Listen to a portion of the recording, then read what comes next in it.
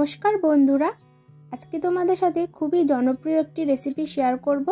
এই রেসিপিটি আমাদের কিন্তু সকলেরই খুব পছন্দের একটি রেসিপি। আজকের রেসিপি আমার কলকাতা স্টাইল চিকেন বিরিয়ানি। বিরিয়ানি খেতে তো আমরা কম বেশি সকলেই পছন্দ করি। সবসময় দোকানের বিরিয়ানি খাওয়া সম্ভব হয় না। কিভাবে খুব সহজ পদ্ধতিতে দোকানের মতো টেস্টি আর ফ্লেভারফুল বিরিয়ানি বাড়িতেই বানিয়ে ফেলতে পারবে, আজকে তোমাদের সাথে সেটাই শেয়ার করব।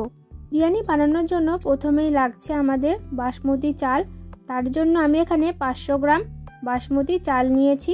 আর চালটা আমাদের ভালো করে ধুয়ে নিতে হবে, আর 2-3 বার জল পাল্টে পাল্টে চালটা ভালো করে ধুয়ে নেব। এরপর পরিষ্কার জল দিয়ে চালটা 30 মিনিটের জন্য ভিজিয়ে রাখবো।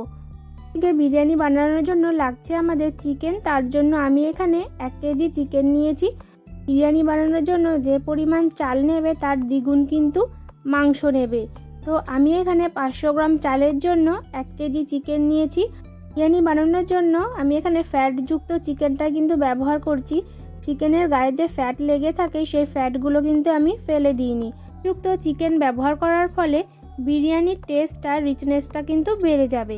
এরপর একটা মিক্সার জার নিয়েছি, তাতে দিয়ে দেবো 8-10 কোয়া রসুন, 1/2 ইঞ্চি আদার টুকরো, 2টো কাঁচা লঙ্কা আর সামান্য কিছু পেঁয়াজ দিয়ে একটা স্মুথ পেস্ট রেডি করে নেব। এরপর চিকেনটা ম্যারিনেট করে নেব। তার জন্য দিয়ে দেবো 1 চামচ নুন, আর যে মশলাটা রেডি করে রেখেছিলাম সেখান থেকে 2 চামচ আদা রসুনের পেস্ট দিয়ে দেব। 1/2 কাপ টক দই, কিছু গুঁড়ো মশলা অ্যাড করব। তার জন্য দিয়ে দেব 1 চামচ জিরে গুঁড়ো, 1 চামচ ধনিয়া গুঁড়ো, 1 চামচ লাল লঙ্কা গুঁড়ো। এরপর দিয়ে দেবো 1 চামচ কাশ্মীরি লঙ্কা গুঁড়ো, 1 চামচ গোলমরিচের গুঁড়ো আর সামান্য সাদা তেল দিয়ে চিকেনটা ভালো করে ম্যারিনেট করে 1 থেকে 2 ঘন্টার জন্য, বা তোমরা চাইলে ওভারনাইটও কিন্তু রেখে দিতে পারো। ওভারনাইট রাখতে চাইলে ফ্রিজ ব্যবহার করবে। এরপর দিয়ে দেবো 1 চামচ বিরিয়ানি মশলা দিয়ে আবারও ভালো করে ম্যারিনেট করে রেখে দেব।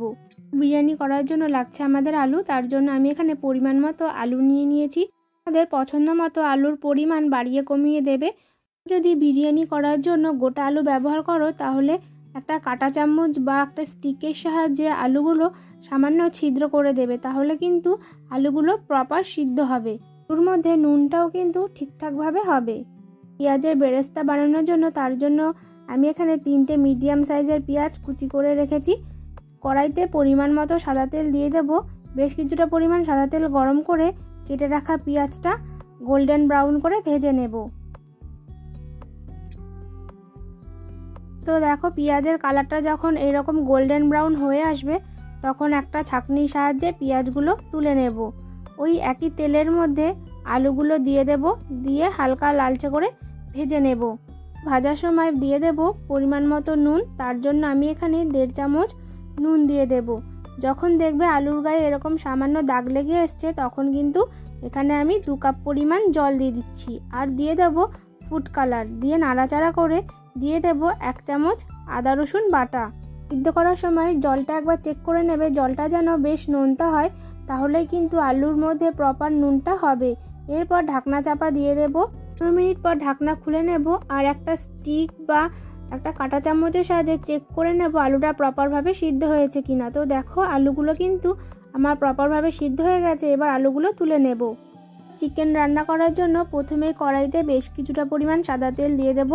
কিছু গোটা গরম মশলা ফোড়ন দিয়ে দেব। তার জন্য নিয়েছি 2টো এলাচ, 2টো দারচিনি, 2টো লবঙ্গ।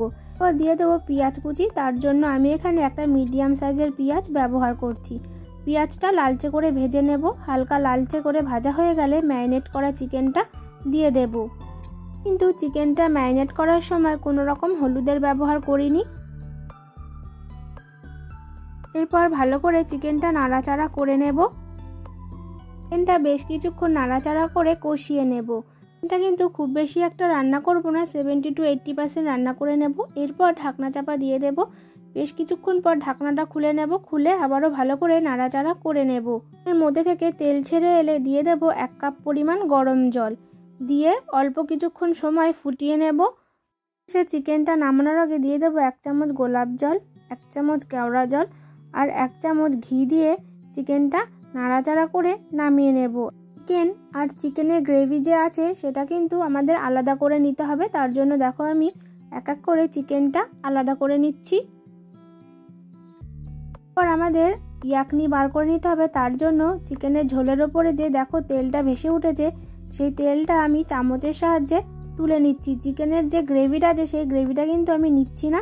এরপর দেখো চিকেনের গ্রেভি আর ইয়াকনি আমি দুটো আলাদা করে রেখেছি। দুটোই কিন্তু আমাদের বিরিয়ানি লেয়ারিং করার সময় ব্যবহার করা হবে।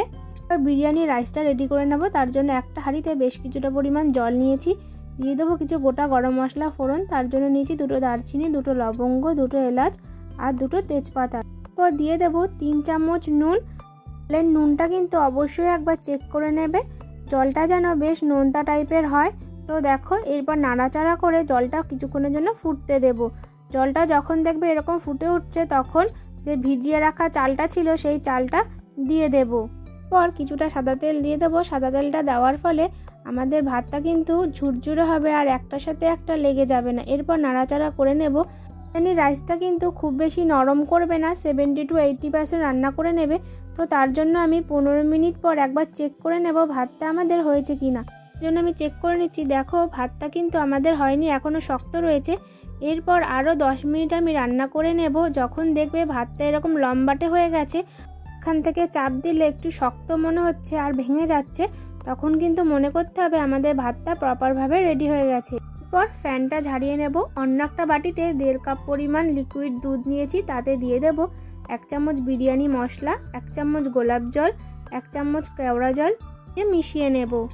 এরপর অন্য একটা বাটিতে নিয়েছি 1/2 কাপ পরিমাণ দুধ, তাতে দিয়ে দেব সামান্য ফুড কালার, দিয়ে ভালো করে মিশিয়ে নেব। তো তোমরা ফুড কালারের বদলে কিন্তু কেসারও ব্যবহার করতে পারো। এরপর লাগছে খোয়া ক্ষীর। তার জন্য আমি এখানে 100 গ্রাম খোয়া ক্ষীর নিয়েছি। খোয়া ক্ষীরটা হাত দিয়ে একটু গুঁড়ো করে নেব। এরপর বিরিয়ানি লেয়ারিং করার জন্য একটা অ্যালুমিনিয়ামের হাঁড়ি নিয়েছি, যাতে ভালো করে একটু ঘি মাখিয়ে নিতে হবে। এরপর বিরিয়ানি লেয়ারিং করে নেব। বিরিয়ানি লেয়ারিং করার জন্য প্রথমেই দিয়ে দিতে হবে আলুগুলো। এরপর যে চিকেনটা আলাদা করে রেখেছিলাম সেই চিকেনগুলো এক এক করে দিয়ে দেব। এরপর বিরিয়ানির মশলা দেওয়া যে দুধটা ছিল সেই দুধটা দিয়ে দেব। দিয়ে দেব টক দই, বেশ কিছুটা পরিমাণ এখানে আমি টক দই দিয়ে দিচ্ছি। এরপর দিয়ে দেব 1 চামচ গরম মশলা গুঁড়ো আর দিয়ে দেব খোয়া ক্ষীর।